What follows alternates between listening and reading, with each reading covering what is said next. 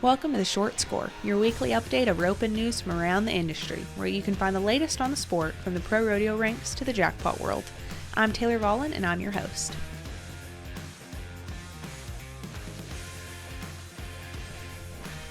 Hey everyone, it's your host, Taylor Rahlmann. Welcome back to another episode of The Short Score. I hope you guys had a great weekend and are starting a great week. A lot of big rodeos took place over the weekend. And on this episode of The Short Score, you guys are going to be hearing from the California Rodeo Salinas champs, my hometown rodeo actually, Rahlmann and Jonathan Torres. Coy and Jonathan were 48.5 seconds on 5 steers to take the win, and you guys are going to get to hear a little bit about their runs and how they like to set up at Salinas and everything in between.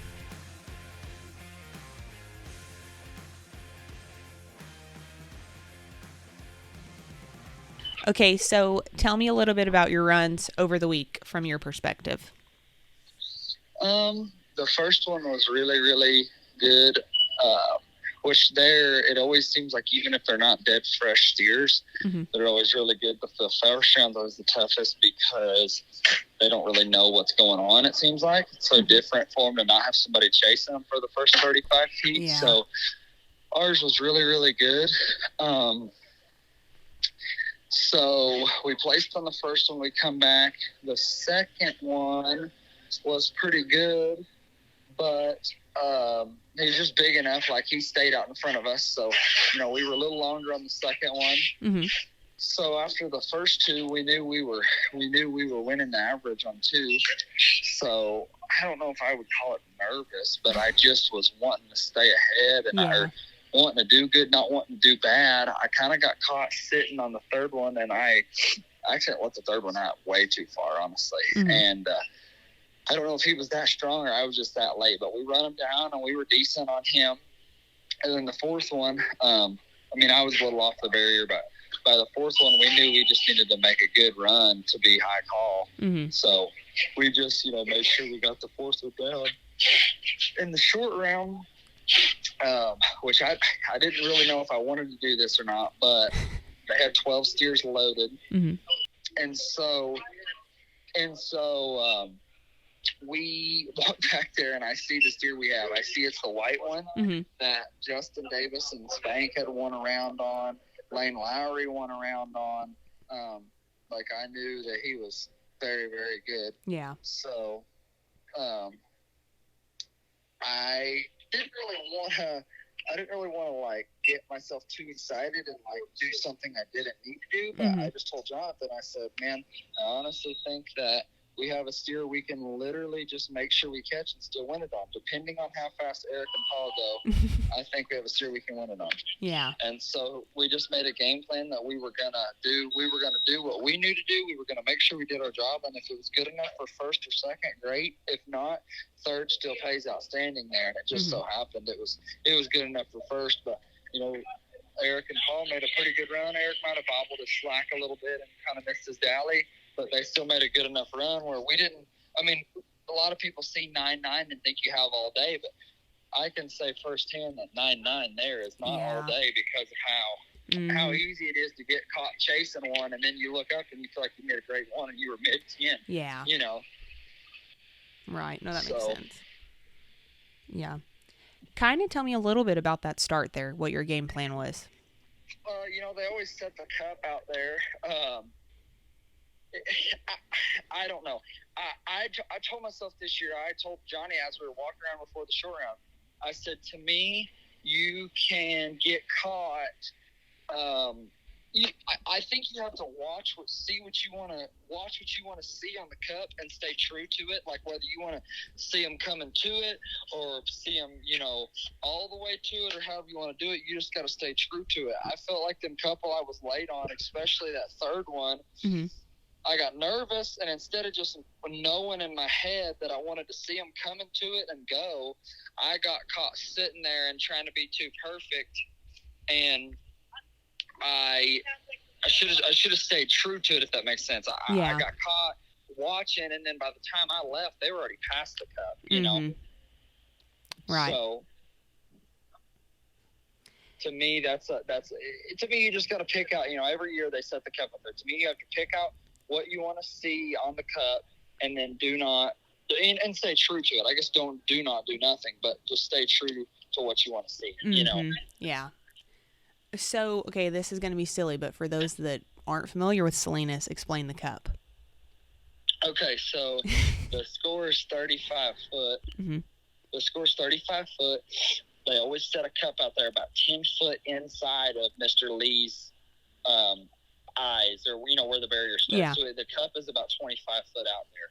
So what they do is, you know, and usually a good rule of thumb is if they're dang sure loping, you want to see them all the way to the cup. And if it looks like they're moving on pretty good, you usually can see them coming to it, which means by the time you think they're there, you can be going. And, you know, it's kind of funny. You see some guys that they ring it out and they go a little bit before they get there and kind of float. And then you see some guys that it looks like they sit there forever, but their steer's just so good and they gain so fast by the time they hit them out the box that, you know, there wasn't no way. Yeah. And so. Right. So, Salinas, it's, you know, a coveted win. How excited were you to get that under your belt? Well, and that's something I want to be sure and include. You know, Jonathan and I felt like we did very, very good all winter. Like we had you guys come out, or maybe it was Cowboy Channel, somebody come out with a statistics deal right there about the time everybody left to go to Reno, and it was like catch percentage, average time, maybe like something like that. And honestly, Jonathan and I were 9th in the world when we left to go to Reno, and when that deal come out, I think we had the 4th highest catch percentage, maybe like the 3rd or 4th highest, or the 3rd or 4th fastest catch time average. I felt like Jonathan and I were really doing good. And I honestly, I don't know what caused it, but I honestly thought, man, we got this licked, you know. And from Reno until Wolf Point, which is technically the week after the 4th, we never won $1. Yeah. And so, but that's the way it goes. You just hear that. You hear that. You read that all over articles. July, just like Derek Begay said the other day, July is a make or break month. You either have guys that make their NFR off of July, or they had the NFR, I don't want to say whiff, but they had a lot of money won, never won $1 in July, and then they're playing catch up the rest of the year. July is pretty crucial. And we never won $1 from Reno, which is the end of June to the week after the 4th. And then even then, I think we won 4,800 that week, and then we had a couple more dry weeks. And I'm going to be honest, it was a little of both of us, but it was a lot me. You can't necessarily blame your healer when you're the head or you're the quarterback. If I've been throwing it over my wide receiver's head left and right, and I finally put him one in the chest, he's going to be dull enough that he's going to miss something. That's just part of it. And so I just didn't do a very good job. And so honestly, going back to your question, it was very awesome to win that much at one spot. It kind of made up for what we hadn't been doing anywhere else. And I'm hoping, even though we didn't do any good at Ogden this morning, I'm hoping it'll kind of give us a fresh start and a boost up. Somebody at the bank, somebody in the standings. I'm hoping it'll give us some momentum to move forward. I always have these certain benchmarks I want to have a certain amount of money by. And a guy doesn't want to necessarily pay attention to the money or to the standings really, but you got to have goals with yourself on what you want to have won and this and that, because otherwise I don't think you're really roping. You got to have goals. I mean, that's obvious. And so I always have these goals of what I want to have, these certain amounts I want to have won. And obviously I haven't reached those, but my goal is I would really like to have 70. But when we start the week of Caldwell, which, starts the week of the Northwest, I would really like to have 70. And so that gives us, all of this week, all of the Kansas week, and all of, Sykeston, Hermiston, Omak, a Lovington all that week. That gives us, those couple more weeks to win 20 more thousand. After Salinas, I should have almost 52. Jonathan has a little more because he went to Calgary with Lightning. Yeah. And so what I'm saying is I'm hoping basically that it'll just be a benchmark to start over from, if that makes sense. Right. Tell me, I mean, you did just explain a lot of it, but the standings, like this push that it's hopefully going to give you guys, I mean, is this a breath of fresh air? I know you can't let off the gas, I know that, but just kind of your thoughts a little bit more on that as well. I would say a breath of fresh air is a pretty good term because we hadn't won that much total since we left. Yeah. And we haven't won that much total since we left. And I don't know. I think that it was a deal where, I mean, you have guys like Tanner and Patrick. They're hot right now. They're winning 10,000 a week and this and that. But anytime you can get 10,000, and this is guessing, obviously PRCA is down, so we don't know how much we won. But guessing we won somewhere in the 10 or 11,000 range. Anytime you can win that at one rodeo, to me, is it's a very big sigh of relief, I guess you'd call it, whatever. Yeah. Because it gives you, obviously, all of us out here, this is what we're doing for a living. And so it gives us some money in the bank. It pays off some of our hard work, and it gives you, quite a bit of money in the standings. And they always say if you can average 6,000 or 7,000 a week, well, if you have a 11,000 or 12,000 a week like we did last week, that makes up for at least a couple of our bad weeks, Yeah. So. Gotcha. How do you guys like the duration of Salinas, the 5-head? I like it quite a bit because I think a place like that, with how odd of a setup it is, I think it needs to be that many steers in order to even it out. Yeah. Because if like we talked, like if you go to somewhere like Sheridan and you don't, okay, Pecos. Speaking of whenever we were on our very, very bad dry spell. One of the first weeks that week after we went to Reno, we went to Pecos. And we made, in my opinion, two of the best runs you could make and didn't get paid for anything. Not the rounds, not the average, nothing. And we were clean on both of them. But to me, Pecos is long barrier, long score. And if you draw faster steers, there's just nothing it's hard to rope yourself into it, if that makes sense. And I think Salinas is that way. If you would have drawn a couple steers like, say, our second one or our fourth one, we just wouldn't have had a chance. Now, obviously, if it would have been a 2 or 3 header and we'd have drew a couple like our first one and our short round one, we would have loved it because we'd have won it all, But like I said, I think it's pretty good that it's that many head because it gives it a chance to even it all up. You're not going to draw 5 lopers. I don't care who you are, Yep. Yeah, that's for dang sure. How intimidating is it as a header? I mean, I can imagine, but. I don't know about intimidating. I was getting pretty nervous, but I think the whole time I just kind of knew that, number one, roping, yes, you had to rope, but you had to ride. You had to just set it up. Yeah. So it was a deal where you could get nervous all you wanted, but you could also just go tell yourself to do your job. To me, it seems like nowadays, as tough as a lot of rodeos are, you got to do your job, but you also got to do your job at about 4.2 seconds. So there's a lot of times you don't even have time to think. Whereas they're headed to the steer, you have time to think and kind of make a game plan. Like you have time to say, okay, I'm going to get wide and stick and roll out the front and move him. Or you could say, okay, I'm going to stick him and melt off for a minute and give Jonathan time to get there. You have a lot more time to set it up. And so it's intimidating, but I guess you also have time to breathe on the way to the steer. You're down, you're riding, and you have time to say, okay, just do your job, set it up, and whatever. So I think it's a little easier versus going somewhere like Spanish Fork or somewhere where T-Wade and them are 7 on 2. So it's a little hard to just set it up when you got to be 7 on 2. Right. Switching gears, tell me about the horse that you rode all week.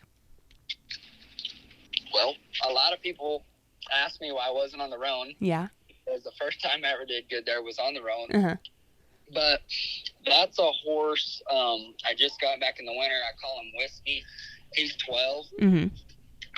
I got him from, I really don't even know who owned him. T Woman. It was kind of a weird deal. I was looking. T Woman called Jonathan one night. We were driving back from Denver, and he called him and said he had a horse that he had only got to ride one time, but he felt pretty for real. Mm-hmm. And that he needed, if he knew anybody looking, he thought it would be worth it to look at him and just see. He said, I don't know. I only got to ride him once. He's fat, out of shape. They don't ever ride him, nothing. Mm-hmm. But it's worth it just to look at him. So it was colder than heck, and it was like the very end of January. And he brought him over to Troy Gibbs's house, the man who owns 377 Marina there in Stephenville. He brought him over. I ran a handful of steers on him, and I really liked him. Mm-hmm. And I ran a couple steers on him at roping, and I bought him. We were over there roping one day, and T kind of just a couple little things. Like, he just said it in passing, walking by. And from that day on, I've honestly headed as good or better on him than I do the roan. Yeah. But I can't say enough good things about him. He can really, really run. I mean, like, if you watch the side video from the short run over there, it's crazy how fast he engulfs the steer. Like, he can run. He does it all really good, in my opinion. Right. So he was a no-brainer, it sounds like, almost, for Salinas. Yep. Gotcha. Well, good. Have you entered Salinas every year since you were a rookie? No. They didn't have it my rookie year. My rookie year was 2020, and I didn't really rodeo that year. In 2021, I didn't think they were going to have it. And then that was, me and Doug were on the bubble that year, and that was when they come out and said they were going to have the tour finale there. Yeah. Well, Doug and I did pretty good that year. We won like 11,000 there, and so that helped get us into the finals. I came in 2022, and I won a little money. And then, obviously, this year. Yeah. So. I forgot about COVID, that would have been right about, that would have been your rookie year.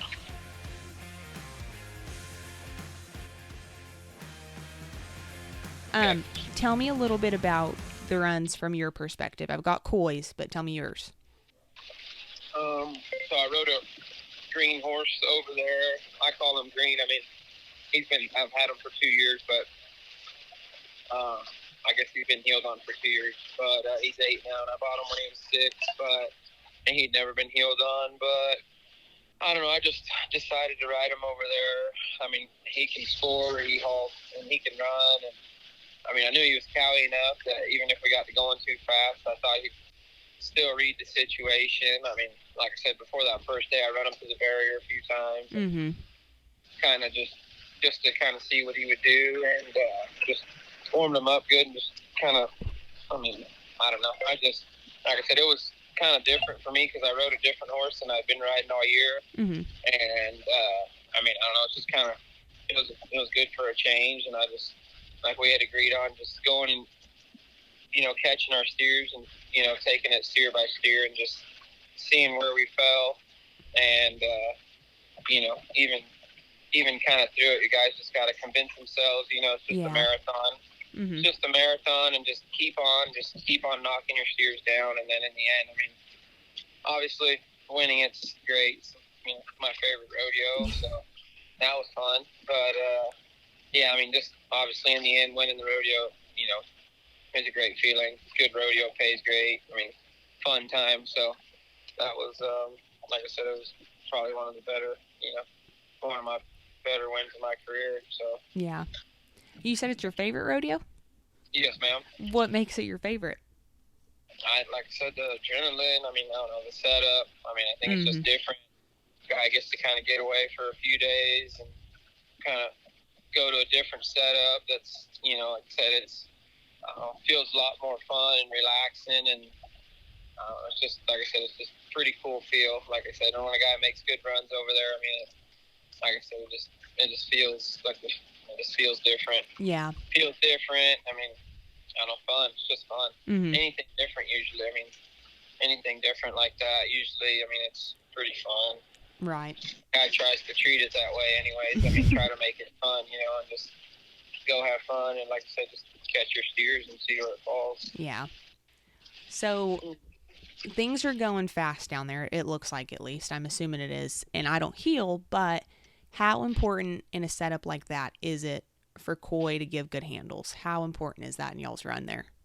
Oh, yeah, I mean, that's crucial. I mean, like, he did a great job. I mean, literally every time was the same thing. I mean, it was easy to read. I mean, coming in, like, because I can only get up there so close, so fast, and then, like, reading it through the turn, I mean, it was easy for the horse and for me to just, like I said, be able to catch, like, fast. Like, I think a guy needs to heel over there when the shot's there, because if not, it gets, I mean, I don't, like I said, just, but stuff's getting away.